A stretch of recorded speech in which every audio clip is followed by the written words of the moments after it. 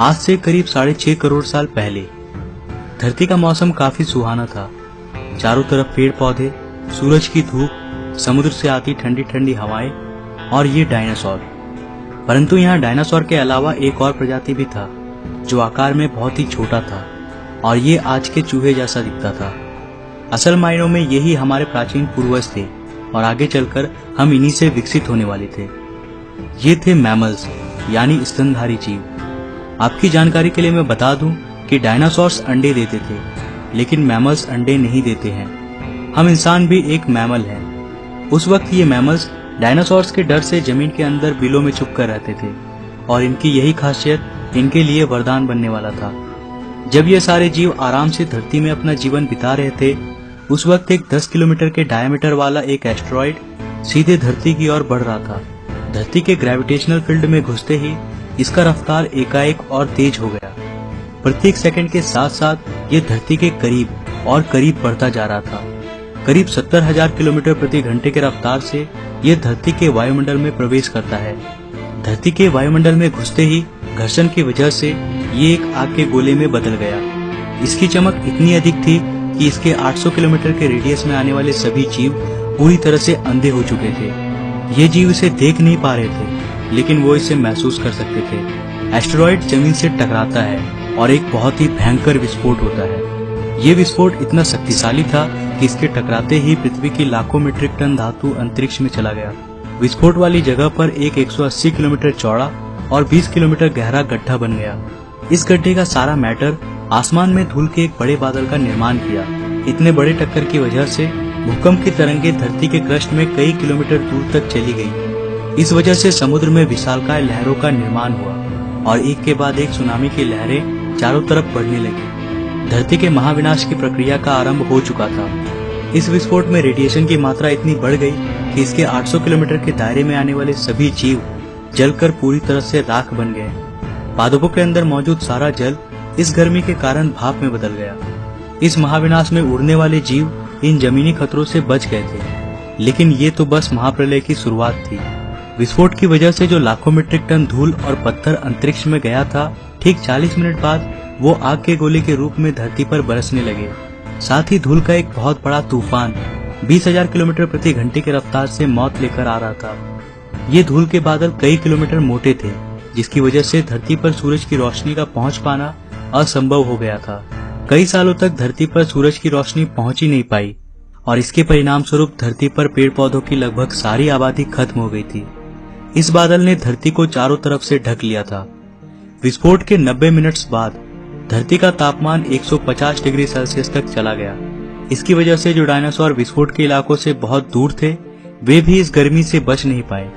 इस महाप्रलय में धरती के कुल 75% आबादी पूरी तरह से साफ हो गई थी, लेकिन यह महाप्रलय किसी के लिए फायदेमंद साबित होने वाला था।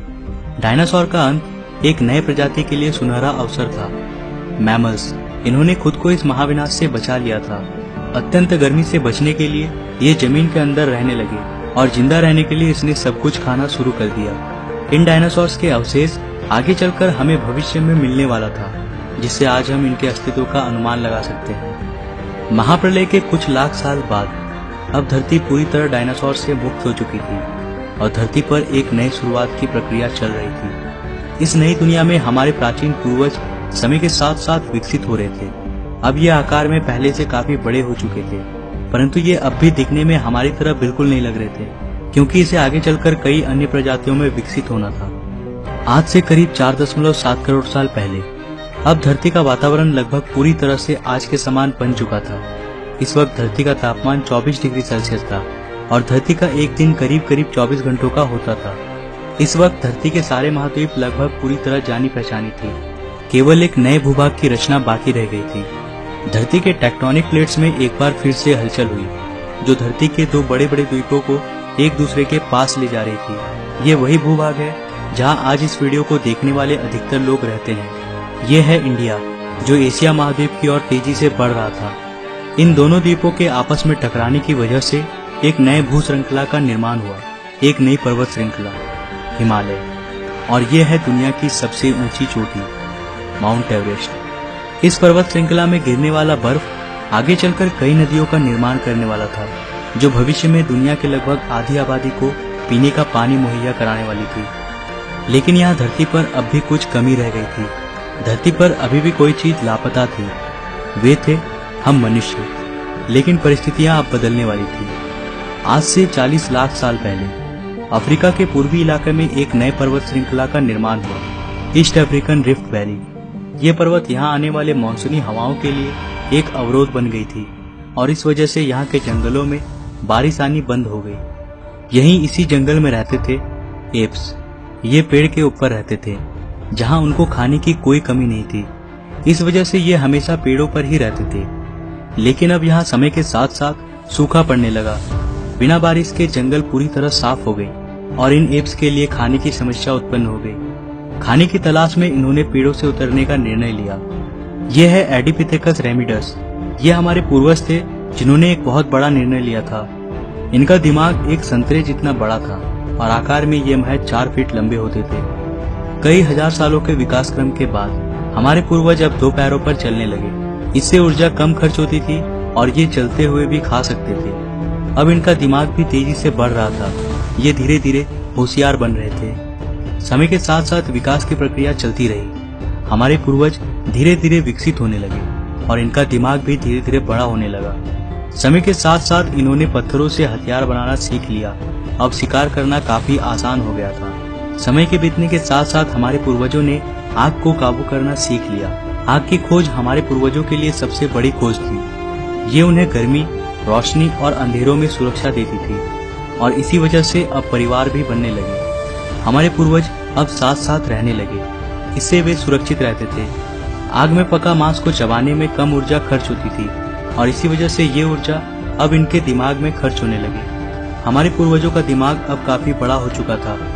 ये थे होमो इरेक्टस, हमारे पूर्वज जो अन्य जानवरों से ज्यादा होशियार थे और मिलजुल कर रहने वाले पहले जीव थे। इन्होंने अपने संदेश को दूसरों तक पहुंचाने के लिए अलग अलग आवाजें निकालनी शुरू की। इससे हमारे पूर्वजों ने भाषा का निर्माण किया जिसके जरिए हम बातचीत कर सकते थे और ये हमारी सबसे बड़ी उपलब्धि थी। यही वो आखिरी विकास क्रम था जिसके बाद विकसित होकर हम बने। आज से करीब 2 लाख साल पहले कई सालों के विकास क्रम के बाद हमारा अस्तित्व शुरू हुआ। हम होमो सेपियंस यानी बुद्धिमान जीव। हमारे पास धरती के सारे जानवरों की तुलना में सबसे बड़ा दिमाग था। हमारे पास औजार थे, भाषा थी और सबसे बड़ी चीज हमारे पास दिमाग था। आज से करीब कुछ सेकंड पहले हमने और आपने साथ में मिलकर 4.5 अरब साल के सफर को तय किया। अब हम वापस घर आ चुके हैं। यह है हमारी दुनिया, हमारा समय। आज हम काफी विकसित और आधुनिक बन चुके हैं। आज हम अपने आसपास घटने वाली घटनाओं को पूरी तरह समझ सकते हैं। हम जानते हैं कि ये समुद्र कहाँ से आए। हम आज ये भी जानते हैं कि यह जमीन जहाँ हम खड़े हैं उसका निर्माण कैसे हुआ और आखिर में धरती में जीवन कहाँ से आया था। लेकिन हमारा सफर अभी भी खत्म नहीं हुआ है। हमें अभी और भी आगे जाना है। हमें इस संसार